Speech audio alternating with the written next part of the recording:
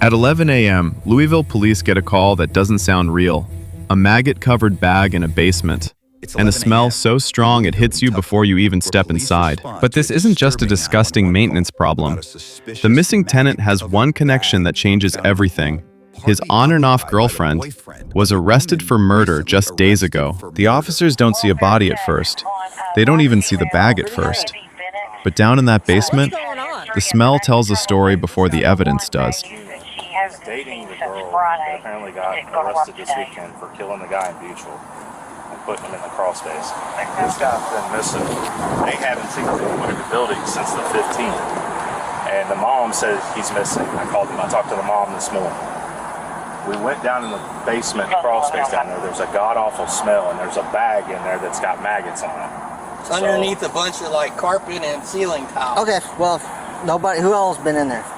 Me and him went in the crawl space. Okay. All three of us. Go ahead in the and house. go ahead and give me your IDs and just stand by. Let me.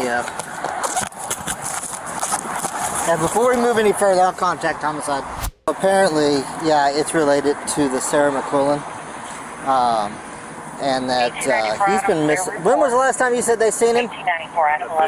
The 15th of September. And they went into his apartment already, but they said that the bag is covered in maggots and it's a god-awful smell, like something was rotting flesh or something. I'll go ahead and call. I'm gonna call homicide. Okay. Okay, bye. I mean, it could be a dead animal, but I don't... No, don't want to take the chance. Yeah. It's too close to coincidence.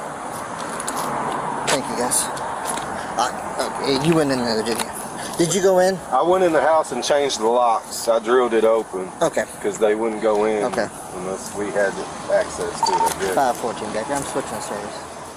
7 days earlier, police said they believe Sarah shot and killed 64-year-old Jerry Carden before hiding his body in his Louisville home's crawl space. His body was discovered 3 days later, falling into the time frame when investigators believe Sarah struck again, stabbing and beheading 39-year-old Douglas Brooks before also stuffing his body in a crawl space.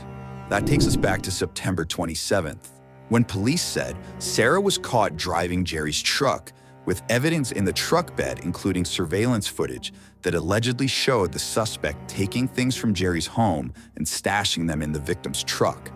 Upon her initial arrest, police said Sarah admitted to stabbing the 64-year-old to death and hiding his body. She also allegedly admitted to using a gun in the crime that was later found in her purse. That takes us back to just hours later, where police are about to discover her alleged second victim. Who did you make contact with that said they hadn't seen him? Number 4? Number 4. Number 3?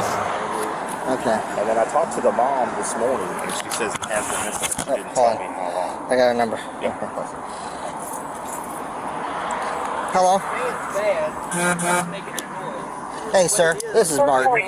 Hey, I'm out here on, right here at Barstown Woodmore. We have a gentleman who's been missing apparently since the 15th. And apparently he's associated with Sarah McQuillin.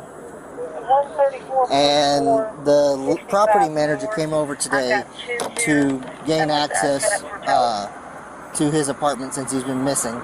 They drilled the locks, went into the apartment, didn't see anything suspicious. And then went into the basement, and you said it was a garbage bag?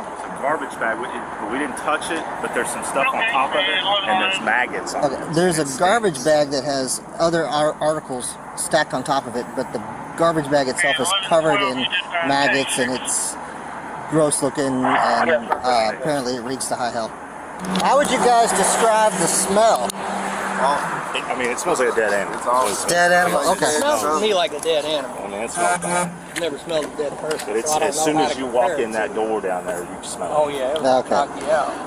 And other tenants have been complaining of the same smell? Yes. Did the mom ever say what his relationship was with the murder suspect? On and off girlfriend, I believe. Okay.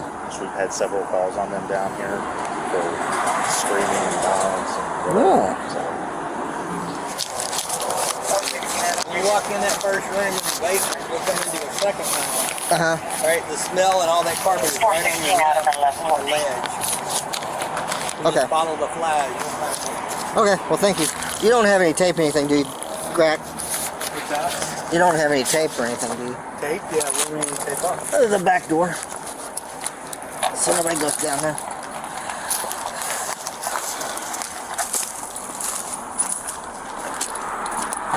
Yeah. So these three gentlemen, he's the property manager, and these two guys are the maintenance guys. They came over this morning. Apparently yesterday, day work, the mom of the missing guy that lives here called and said, hey, my son hasn't been seen since the first part of September. He is he's the boyfriend of Miss Quillin. Yeah. So Yeah, because his body, that was in West Houston. yeah. Well, apparently he said that the neighbors are always calling him on Miss Quillin and him because they're always having knockout, drag out domestics. So So he's underneath. Where? in the basement. You gotta go inside and then. Yeah, I'm going to secure the back door right now. Both, the back door. it's around the back, they said. They said the smell is god awful. No. Witnesses tell police the couple often had heated disputes before the man's disappearance. Next, one officer heads to the home's cellar to try and confirm the witness's suspicions. Well, hell, she put a guy in the crawl space without anybody noticing. That's what I'm saying. Yeah.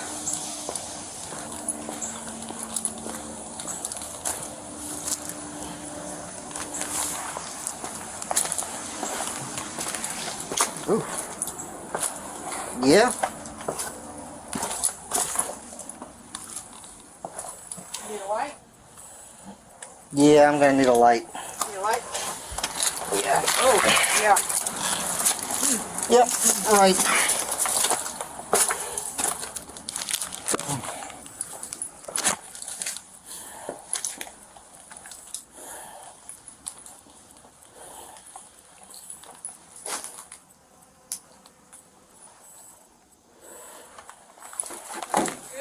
Yeah, I'm good. I'm trying. Can you have Mr. come down here? Yeah. Did you find anything? No, I can't find the bag they're talking about, but geez. Okay. Mr. Richardson? Yeah. He's in the white polo. Coming down. That is death. Mm-hmm. Mm-hmm. That is the smell of death. Mm-hmm. With the flies to go with it. Mm-hmm. Where's your baggie? I'm trying to find it. He said it was in this room and then to the right, but I can't see it. Where's that? I don't know, one back here. Well, it leads to Leads this, in that? Okay. but I don't see a bag or anything. Here, if I take a peek. Yeah, let me back out, because there's a whole bunch of Room? Yeah. Yeah. There's a smell down here, that's for sure. Mm-hmm. Are we sure it's not coming from upstairs? No, they checked the apartment. They said the bag is got the one with the maggots on it. Where exactly? If you go into that other room, Okay. as soon as you turn the corner left here, there's a bunch of junk here. There's a roll of pad or something. It's right next to the pad. You can see the maggots. So you go left from the stairwell where he's. Okay. Right here. Yeah.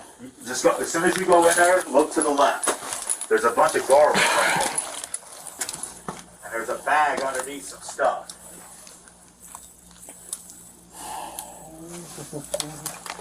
Yes, I guess that's right here.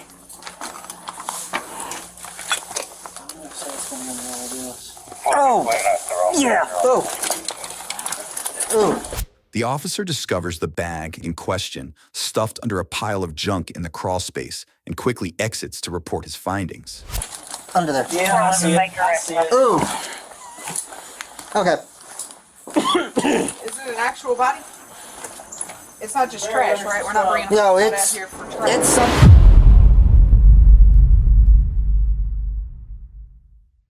By the time homicide detectives took over the scene, the conclusion was unavoidable. The bag hidden in the crawlspace contained the remains of 39-year-old Douglas Brooks. Investigators determined that Brooks had been stabbed to death. Unlike the earlier victim connected to Sarah McQuillin, this crime carried an even darker detail. Douglas Brooks had been decapitated. The head was never recovered. Police believe Brooks was killed during the same time window as the previous murder, just days after 64-year-old Jerry Carden was shot and hidden in another crawlspace. 2 victims, 2 properties, 1 suspect, 1 repeated method of concealment. Both men were romantically involved with Sarah McQuillin. Both disappeared quietly, and both ended up hidden in places most people rarely check, crawl spaces designed to keep things out of sight. At the time Brooks's body was discovered, McQuillin was already in custody for the earlier homicide. She did not confess to this second killing, but investigators say the physical evidence, the timeline, and the pattern were enough to move forward with charges. This case is disturbing not because of what police found, but because of how long it stayed hidden. Crawl spaces are not accidental choices. They're dark, difficult to access, and psychologically distant. Most people don't go looking there unless something forces them to. In both cases, concealment relied on one assumption: that smell would be dismissed, ignored, or explained away. And for a time, it worked. Neighbors noticed odors, tenants complained, but nothing changed until someone stopped ignoring the signs. This is what investigators often refer to as silent escalation, a crime that doesn't announce itself with screams or alarms, but with small warnings people hesitate to confront. The flies, the smell, the missing time. Each on its own could be dismissed. Together, they told the truth. What's striking in the Bodycam footage is not panic, but recognition. As officers begin comparing details, you hear the tone shift. This is no longer a welfare check. It's no longer a suspicious bag. It becomes a pattern.